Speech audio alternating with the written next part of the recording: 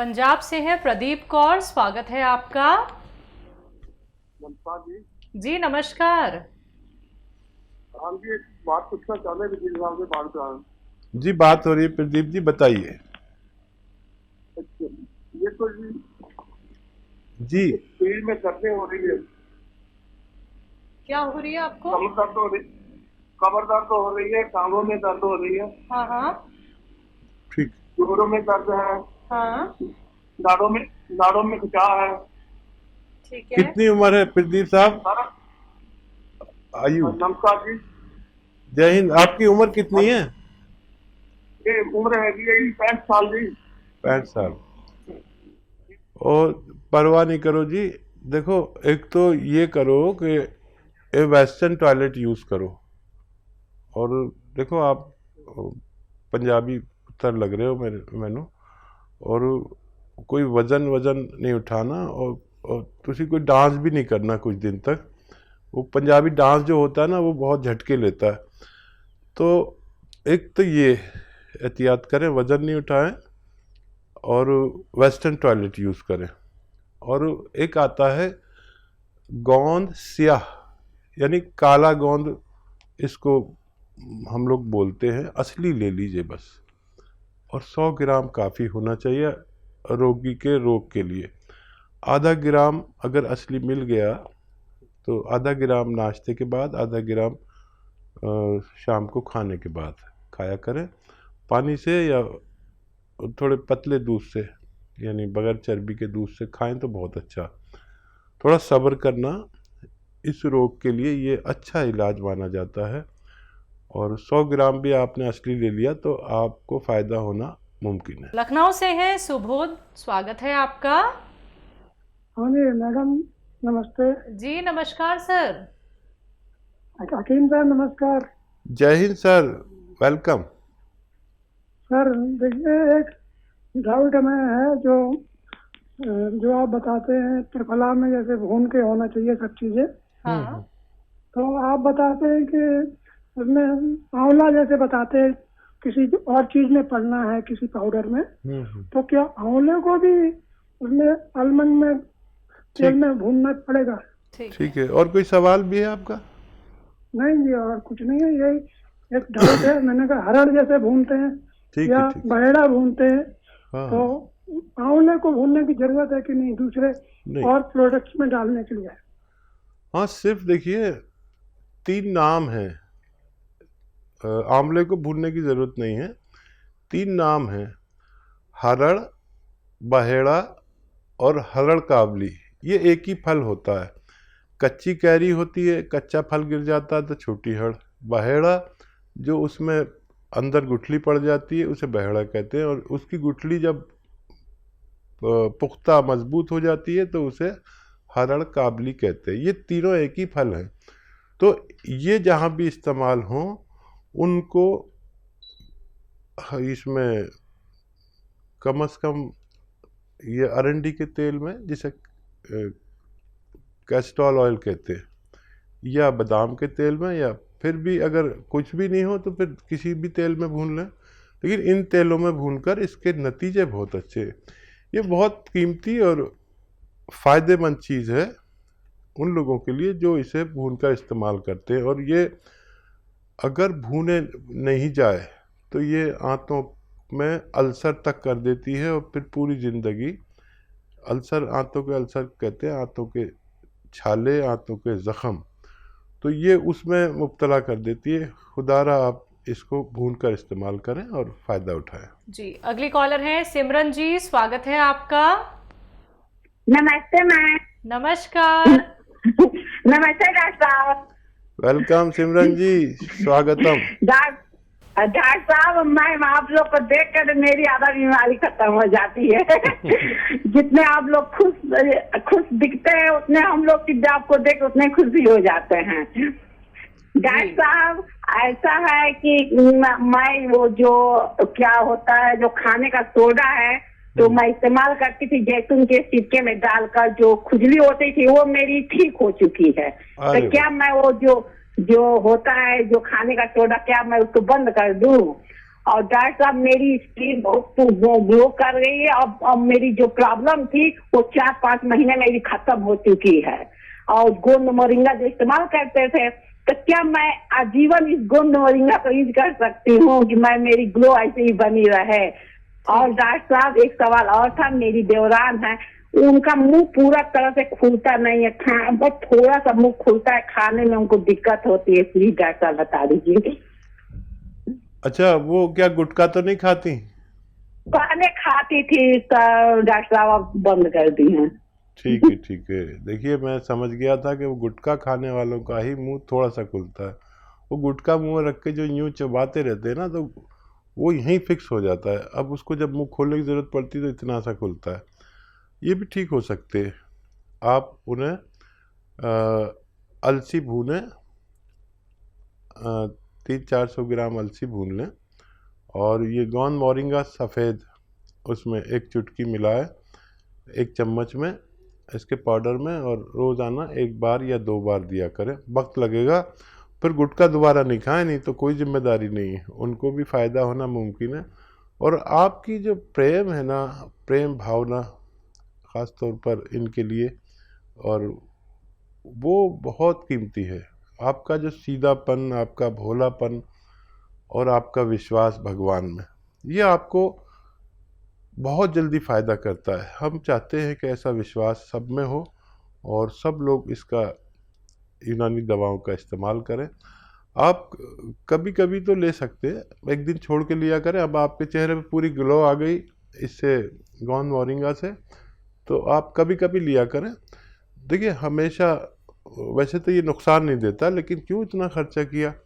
और वो सोडा भी आप कभी कभी इस्तेमाल किया करें। अब आप पूरी तरह अच्छी हो चुकी है, मेरी तरफ से बहुत बहुत मुबारक। लेकिन वादा करें आप लोगों की इसी तरह सेवा करती रहेंगी जब तक भी सांस में सांस और दम में दम है और दिमाग ठीक है। दिमाग जब तक ठीक रहता है, जब तक आदमी काम करता है। तो हमेशा लोगों की सेवा करती रही। आप बहुत ज़्यादा पूरे गांव की सेवा करती है, ये मुझे पता चल चुका है। जी, महाराष्ट्र से हैं तौफीक जी, स्वागत है आपका। हेलो। हेलो। हाँ जी सर, अपना सवाल कर लीजिए।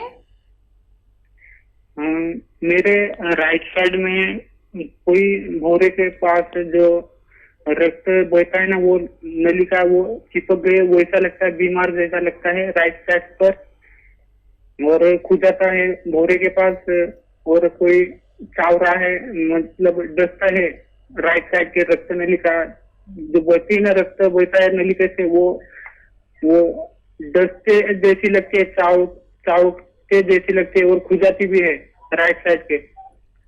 कहाँ पर? पैर में? नहीं, राइट साइड सिर पर। अच्छा, भौरे सिर के पर, पास इस तरफ खुजाती है। आपको आईब्रो के पास ये दिक्कत है? हाँ आईब्रो जहाँ पे आपके ये भौएं हैं, वहां पे प्रॉब्लम है ये? हाँ, भौरे के पास आईब्रो के ऊपर इनको दिक्कत परेशानी है, दर्द होता है, और क्या तकलीफ हो रही है आपको वहां पे? खुजली भी होती है।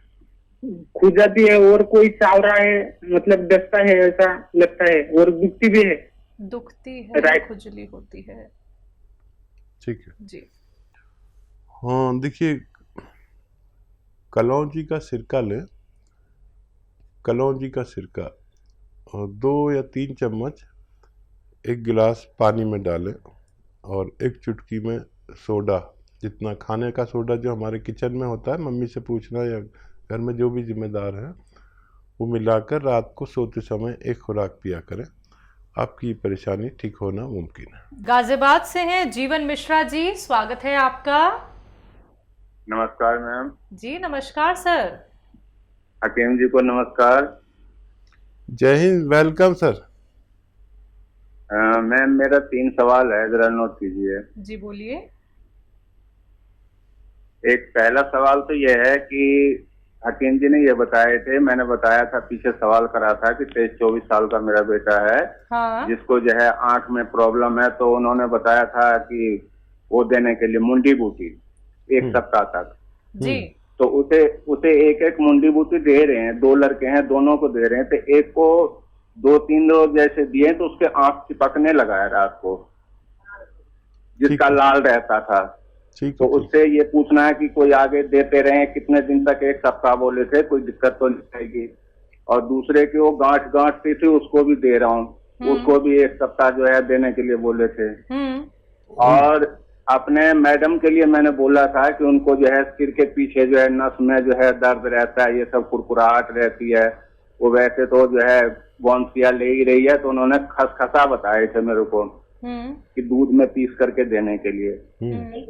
तो वो खसखस दे रहा हूँ, तो उससे ये दर्द में तो राहत मिली। आज 7-8 रोज हो गए, मगर पेट कब्ज होने लगा है उससे, लेकिन जो खुल के नहीं आती है। ठीक है, ठीक। अभी बच्चों को तो अभी रोक दीजिए जो मुंडी बूटी देते हैं। अच्छा, ये धीरे धीरे असर करती है।